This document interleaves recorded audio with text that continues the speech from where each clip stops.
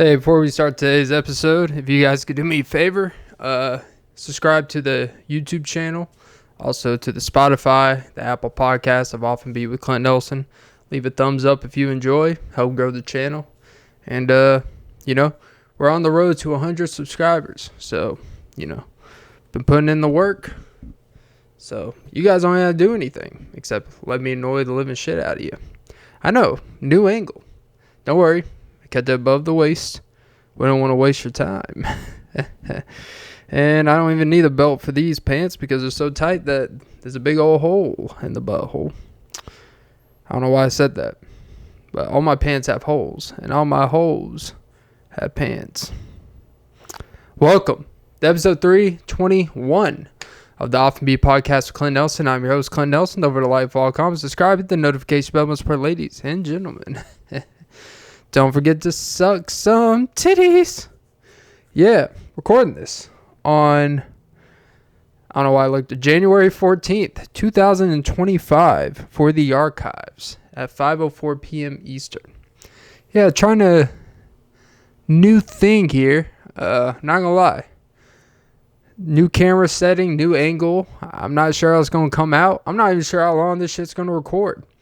Yeah, I'm not a technical wizard. And I know I'm going to open the podcast talking about technical camera stuff when I don't know shit about it. Yeah, I'm not a technical guy. I've been guessing this shit, and somehow I've been continuously able to make this shit work with a Google Chrome. There are not many people that can do that. There are plenty of people that have iPhones. They have, $3,000 laptops. They have all the equipment in the world, and for some reason, they can't put out shit, or they're afraid to. Yeah, we do live in this world where people are afraid. People are afraid of being judged. We're afraid of how we're perceived. And, look, I'm no stranger to it. I'm not going to lie. I'm up to 225 now. All right. I don't know how. I put on, in a month time, I put on a legitimate 30 pounds. Is it all real? I don't know. That's a pound a day. It feels real, It feels like I'm like an athletic fatty, I'm an athletic fatty with a fatty. That's why all my pants rip. See the foreshadowing? And I realize with this camera angle, it kind of looks like the lens is a mark. Or maybe that's just my imagination. I don't know. But yeah, I'm a fatty. But I'm a proud fatty. I'm a fatty that's in control of his fatness. I'm like Fat Albert. I'm enjoyable. I'm fun-loving. I smile. Without the friends. Mwah, mwah, mwah. Yeah. But, you got to be careful with how you type stuff. Because, you put PHAT, you might enter a whole different website and category. It is one of my faves. Yeah, I don't know where that turned from, Fat, PHAT, Typically when you use the word fat, what the fuck am I talking about? This is the content we be putting out these days. When you put in fat, PHAT, you're seeking a certain type of fat. If you type in FAT, you're going to seek something else. So I don't know, if you're in these search bars for whatever site you're on, if you mistype it, you're going to get what you're looking for. But it gets to the point, it cuts through the noise.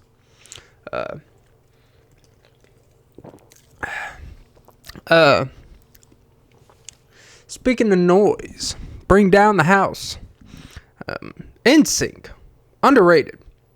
I don't know if I talked about this previously, but yeah, JT's getting shamed out here for his, I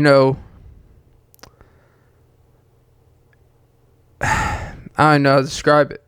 I didn't see it. Apparently, it's unimpressive. I don't care. He'll still rock your body. You do realize with a lot of music out here, no one really writes their songs.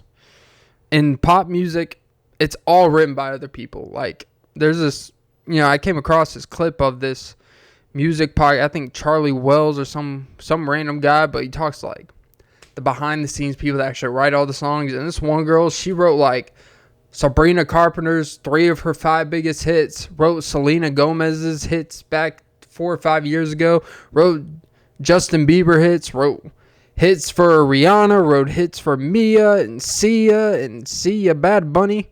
Like, she write, like, this bitch should be, no, I'm sorry for the link, but this bitch should be getting paid bank.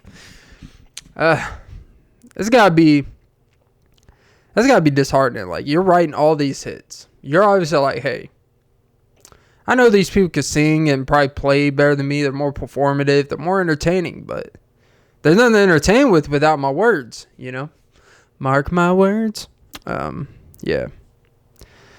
Yeah, I gotta say, you know, I've been thinking about being a sales representative. I'm honestly kind of, you know, there's an appeal to sales. I actually looked up something earlier about this guy. He literally just started a YouTube channel, which is odd. And he was like, we're just recording in his car, where it said, where he talked about like what it takes to be in sales, right? And how it could be a very lucrative business if you put the work in and you become good at it. But it can be miserable if you don't want to put the work in. And he's like, well, chances are if you're not putting the work in, you're not selling anything, they're going to fire you anyways. So it's kind of one of those things where it's like, I think here's the thing, like, we want fairness in a workplace, but if a lot of these places that pay hourly or even salary were to actually hold us accountable for performance, I honestly think like most wouldn't keep their job for more than 6 months. And I'm not saying there's people that don't perform and stuff like that. I'm saying my work experience, like, if it was off performance, like, I'll give an example. I probably should have got fired from this one job for a period of time.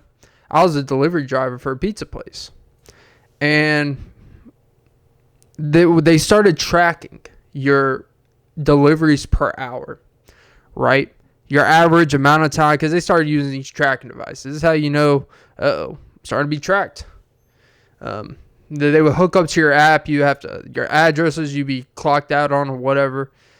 And it would, throughout the day, for the amount of time you're on the road, how many deliveries you did, got back and clocked in, whatever. It accumulated.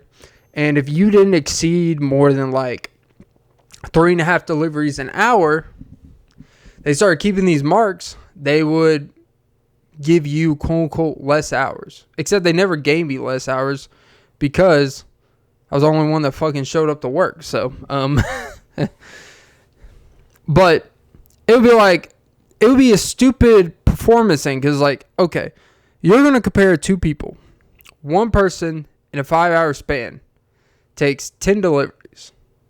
It doesn't account for how long you're on the road, like how far the place is, the type of deliveries you're taking, whatever. Not to get too inside baseball here, but I think it's very important. And then someone who's taking 30 deliveries in a day, let's just say, there's wear and tear of performance throughout the day. And I have a vehicle on top of this. You have to stop, get gas. You know, there's traffic certain parts of the day. So there's certain variations. There's a lot of deliveries at one time. Sometimes it dies down. Sometimes you're waiting for your turn. There's so many variables. But it's such like, oh, well, this person, hey, this person did better than you. I'm like, that's great.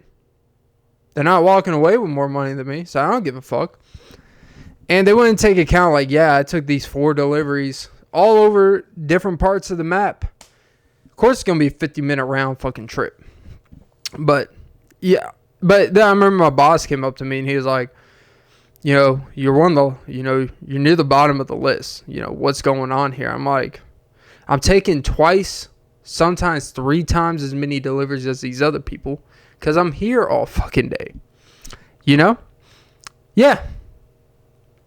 I'm not going to sit here and bust my ass for 12 hours straight when other people get to just maximize for 5 hours and lock in. Like, you got to pace yourself. I have a vehicle. It can only do so much, you know? God, those were the days.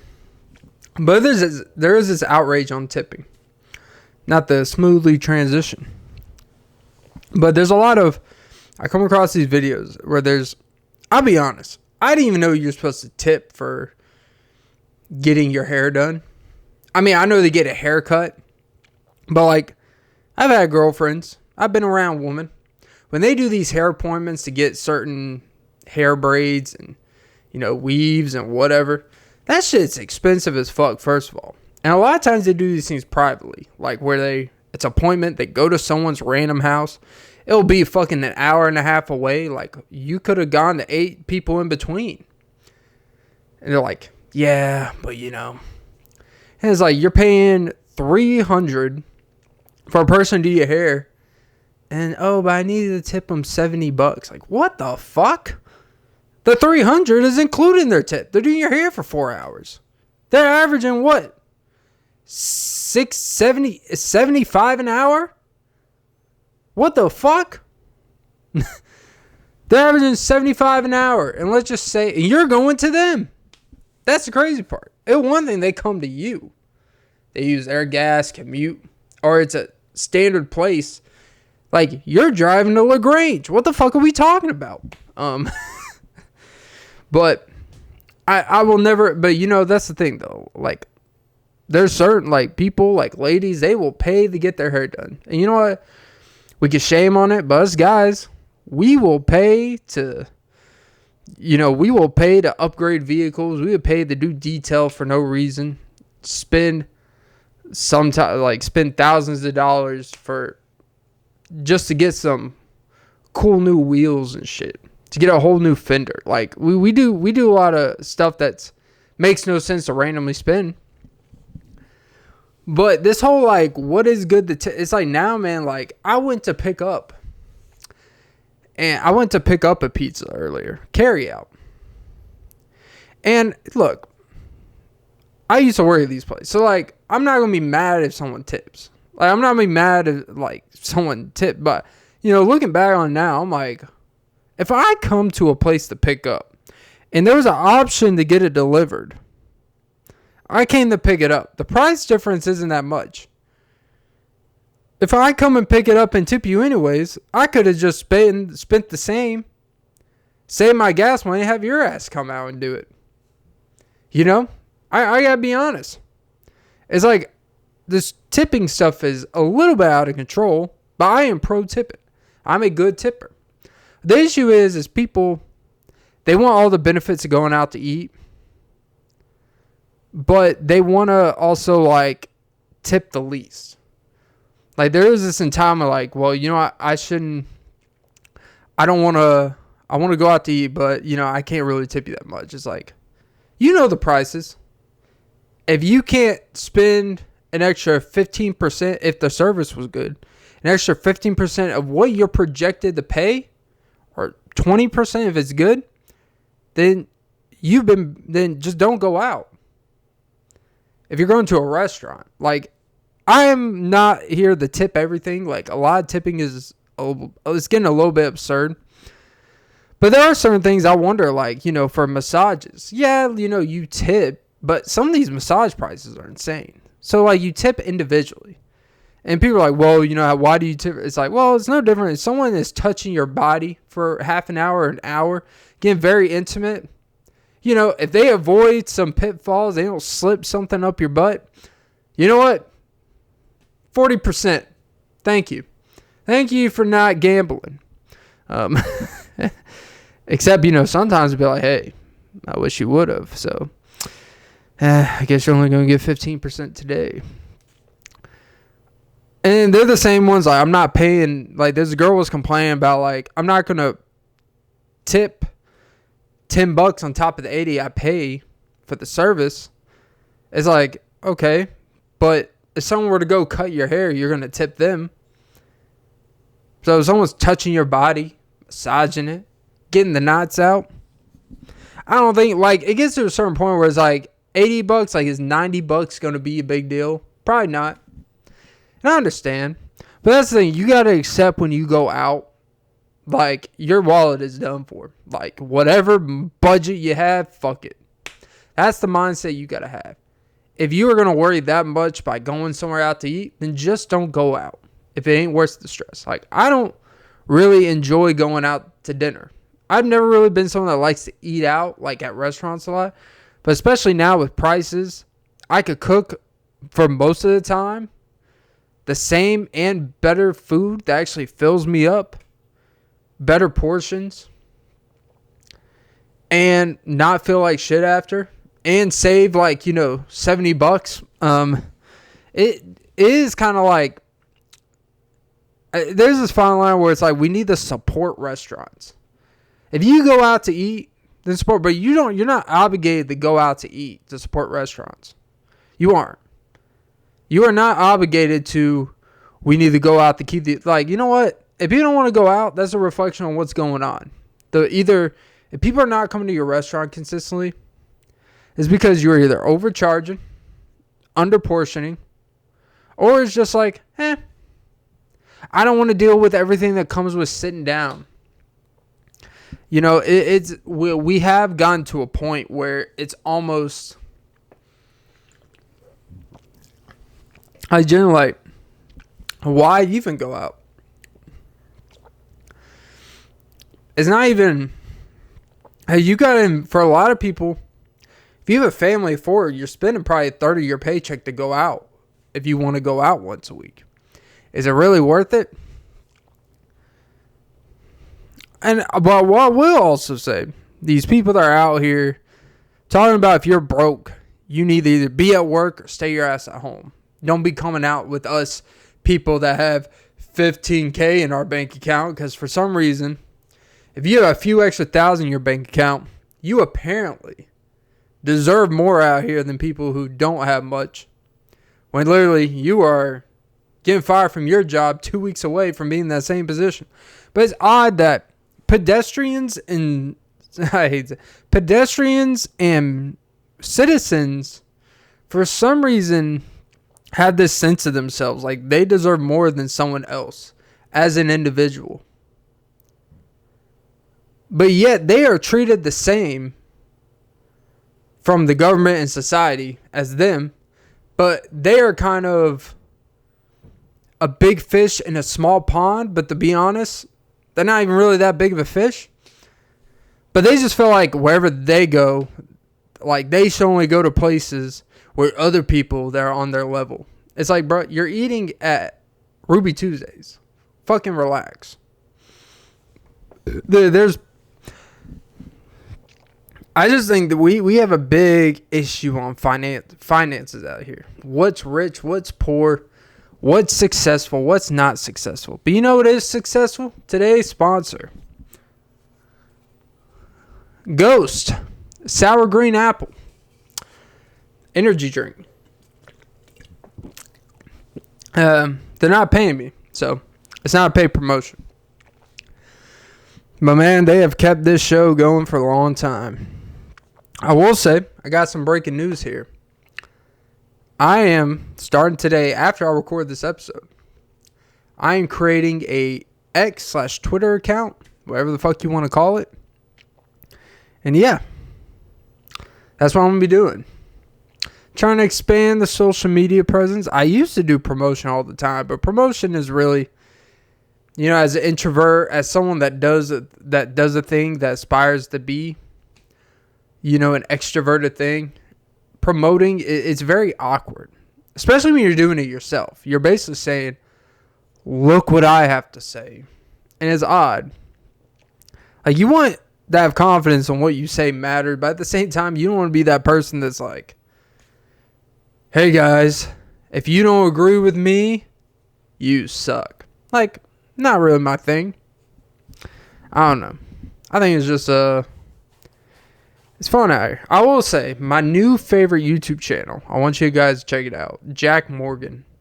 He does a lot of, it's like reaction, but with real commentary about real life problems, in a sense, like economics, the generation, job market, like the reality of living. It's kind of lighthearted, but from a real everyday person perspective, that's now his profession is actually being on YouTube, but he lived like a pretty normal, was a bartender, waiter.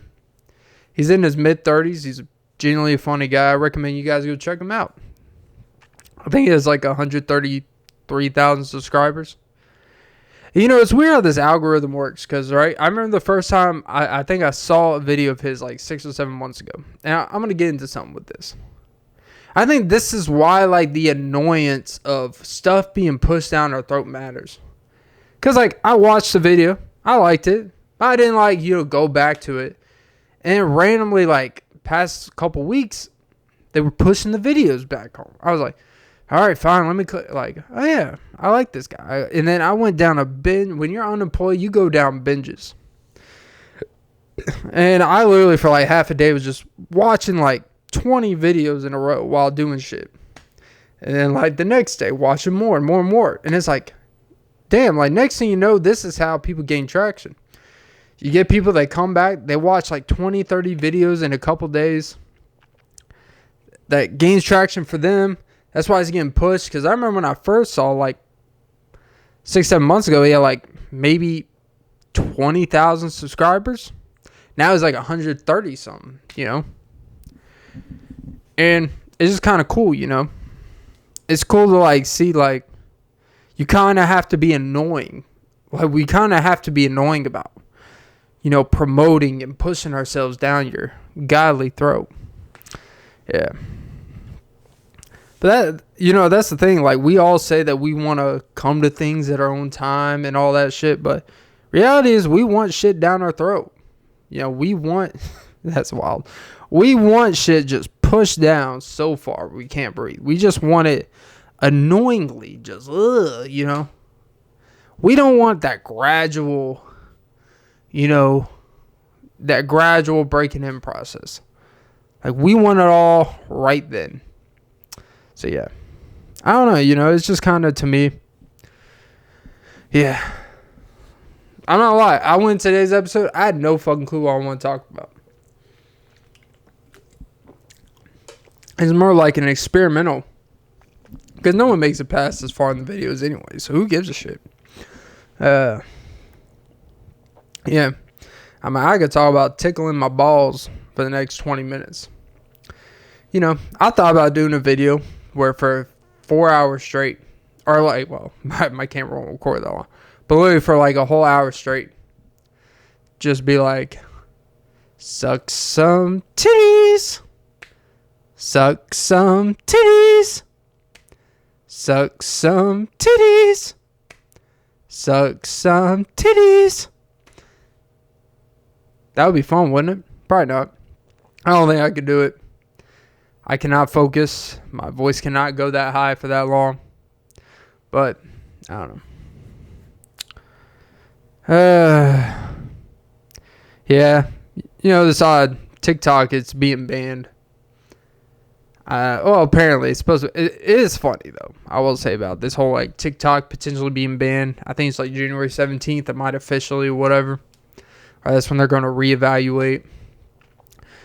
I like how the U.S., their whole thing is about China spying on us. It's a national security issue because they're taking data from us citizens and, and it's like, but it's okay when y'all do it, We're about China doing it, even though they make most of our shit distribution.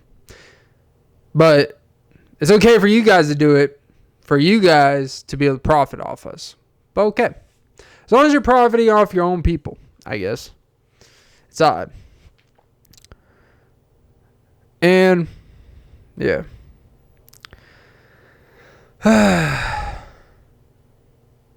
It's a man's world.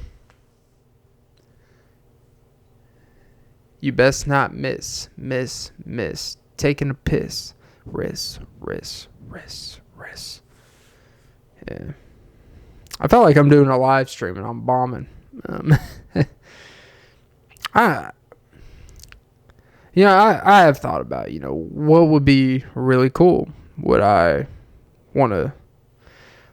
it be better for what I do to stream or do a podcast? Or some of y'all would say just kill myself. Never.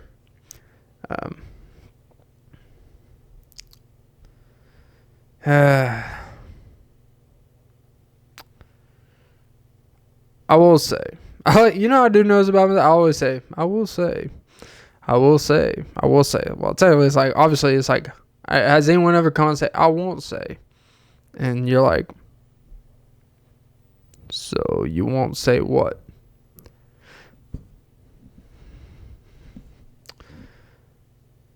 I don't know what it's like being a fine man in society.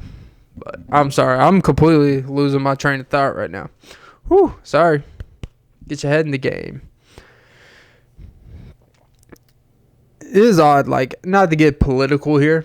You know, it is kind of odd how the State Farm, like, these insurance shit for these wildfires is about to get real. And it kind of is a reminder to people to check on your insurance policy. You know, check on how much your renter's insurance actually does for you. And it really makes you think about what is the point of having this insurance, and then you see this shit. And you realize no one is going to be covered. Like, they know their insurance is not going to cover shit. Because it's funny, I came across this video, and it was through a news channel in LA. I think it's KTLA or some shit. And one of the reporters interviewed like the LA land, you know, basically works for the government, like the LA land supervisor shit. And they kept on saying, like, you know, you gotta, it depends, you know, because certain insurances and houses, the insurance is for the property, but not necessarily the house and all this stuff. He's like, so we really encourage people just to file some type of calamity file. And it's like, why do I have to file something when I already paid for the thing that's supposed to cover it? I got to file. What is the point of paying insurance for the house that's included in the mortgage? What is the point of paying property taxes? And then these people lost their homes, and they're going to have to pay property taxes on a property that has nothing on it. Think about how insane that is. Like, there should just be common sense things that, like, when certain things like this happen, it should be federal, that is the state's responsibility to cover those expenses. Because this is a natural disaster. This wasn't like someone left a space heater in their house too long and the house caught on fire. It wasn't a self-inflicted potential issue. These were wildfires because y'all as a state haven't been able to contain this shit for a long time, got out of control, fucked up a whole city and a few other cities.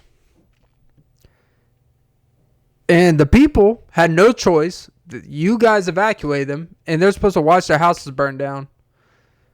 And they're going to be responsible paying for that shit, on top of trying to build a new life with a new house. There's no person that you can lay that out to. Like, it really makes you think, like, what is the point of paying for these insurance shit? We are just okay paying because it's legal. Which, what is stupid, like, when you get in a car wreck, right? You can have insurance, but if the person that gets an accident with you doesn't have insurance, your insurance can't do shit about it. So you have to pay out of pocket. Yeah, the other person may be penalized and whatever. But that doesn't do nothing for you unless they can pay out of pocket. But chances are, if they don't have insurance, there's a reason. They can't pay out of pocket. What the fuck? But yeah. I don't know, man. It's just, this camera's pissing me off. 4 minutes? God damn it. I just don't really understand what's going on.